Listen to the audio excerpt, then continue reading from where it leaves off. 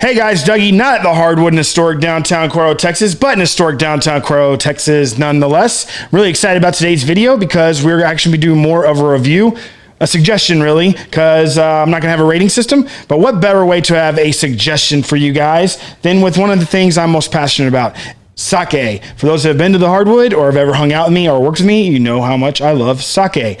I decided to choose a quite adventurous one for my first review, something that's kind of out of the norm when it comes to the Western market, but I think it will fit in well, especially with the big profile dishes and things you find in Texas or anywhere in the nation, really. So we are going to talk about sake. All kinds. I mean, I don't necessarily, I'm not going to go into like the whole entire process of making sake, but for those who do not know, I hear sake referred to as rice wine a lot, and I understand where that's coming from, but sake is actually closer to beer in the way that it is made than it is to wine. But when you see how it's actually made and learn about the whole entire brewing process, it's actually nothing like either. So that's why sake is so unique, especially in the way it is brewed.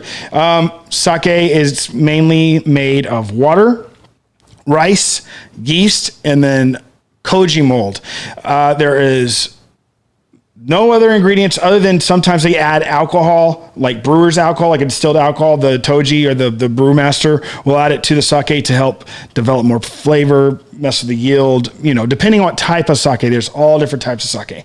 There's sake that is for your table, futushu, which is something that you would just have at your run-of-the-mill sushi joint in South Texas. Or you can go all the way up to a fine Junmai Daiginjo, which is considered the highest quality. But it's kind of like alcohol. You can, liquor. Like you can spend middle range and get a quality sake. You don't have to spend $300 on a bottle, and you don't have to spend $5 on a bottle. So this is a great sake introduce you guys to. Again, it's a little bit out there in the sense that it's not the most simple to talk about, but we're going to go for it. Why not? So this is Funaguchi. This is from the Kikusui Brewery that is out of Nagata. This is a really fun drink. It is a fun expression of sake. I believe that this is the first Nama Genshu that was ever released. I think that was about 40 years ago, and it started this whole Nama craze. Nama means unpasteurized, and then Genshu means that it is undiluted. So this bad boy is quite strong, and there's a magic word on here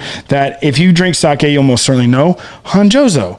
So Hanjozo means that alcohol, brewer's alcohol that we spoke of before, has been added to the sake. So this is a full-bodied sake. That's why I think that would be a great way to start our sake reviews. And like this whole thing's not going to just be sake reviews, but the first one is. And I think that, you know, when you're having your barbecue and stuff, I think this would be a great choice to have by your side. And if you're wondering where to get it, you can find it in any major city for sure. And if you have troubles finding these kind of cans or bottles, or if you need help with any suggestions, please leave a comment below. I'll happily help you find it. And if that doesn't help out in the comments, I'll go even farther than that. I will find it for you and I will get it to you. I'll drive it wherever it needs to go. Maybe.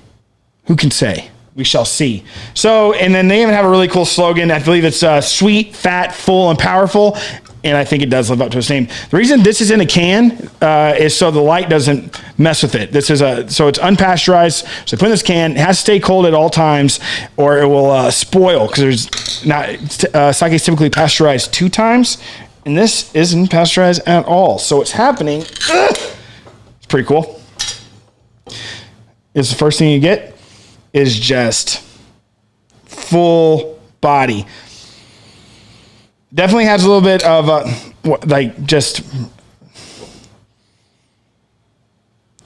you can tell that it has a higher polish. It's like 70% polish rate on this because it has a lot of umami coming on the nose, a lot of amino acids. It's going to be bold.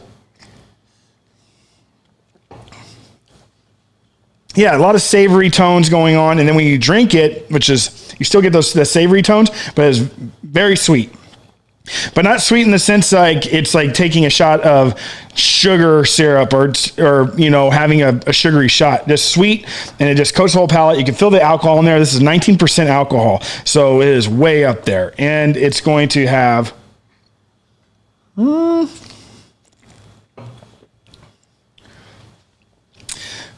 Has some dried fruits in there. It does have like a little bit of a mushroom element to it, and I mean that in the most complimentary way possible. And it's going to, you know, be pretty low in acidity. I figured it'd have much, but a lot of umami. Umami is pretty much the the Japanese word for amino acids. And the higher the umami, the lower the polishing rate on the rice grain, it's going to, chances are it's going to have higher umami. That's what makes me think that the polishing rate, which you have no idea what I'm talking about, unless you know what I'm talking about because you know something about sake. But we will go into all these details about sake sometime, I promise. Anyways, it lets me think that this has a very low polishing rate. I would say about 70% because that's typically the norm. If they just want to go ahead and get the sake into the moromi or the fermentation process, that's like typically how they're going. Yeah, this is really wonderful. And I just think that this is a really great way to try sake for the first time. High alcohol content, full body. It will definitely keep up with any smoked meats. This would actually do, This actually do well with cheese or nuts or anything like that. Like a charcuterie would be great. Of course, it's going to do well with any fish. Well, maybe I would probably stick with more like catfish or maybe even flounder, maybe even some bottom feeder fish, like even like lobster and things like that, because it will like cut through. If you were doing it with more delicate fish, you know, like a sea bass or something, which you probably shouldn't be in Chilean sea bass anyways, it'll probably actually take away from that. But like even like a risotto or something like that, this would be really great with.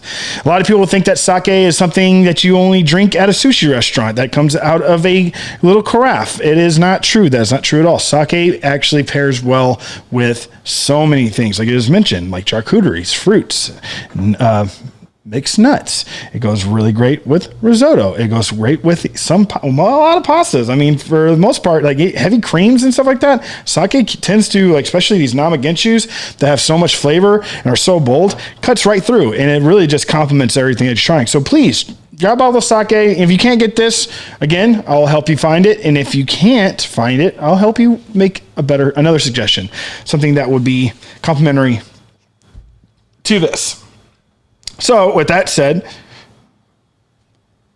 I hope you enjoyed my ramble. Hope you like my shirt, and I'll see you guys soon. Please like and subscribe and share, tell your friends. If you want to know more about sake, again, leave a comment below and we'll go from there. Thanks, guys. Cheers. Or kampai.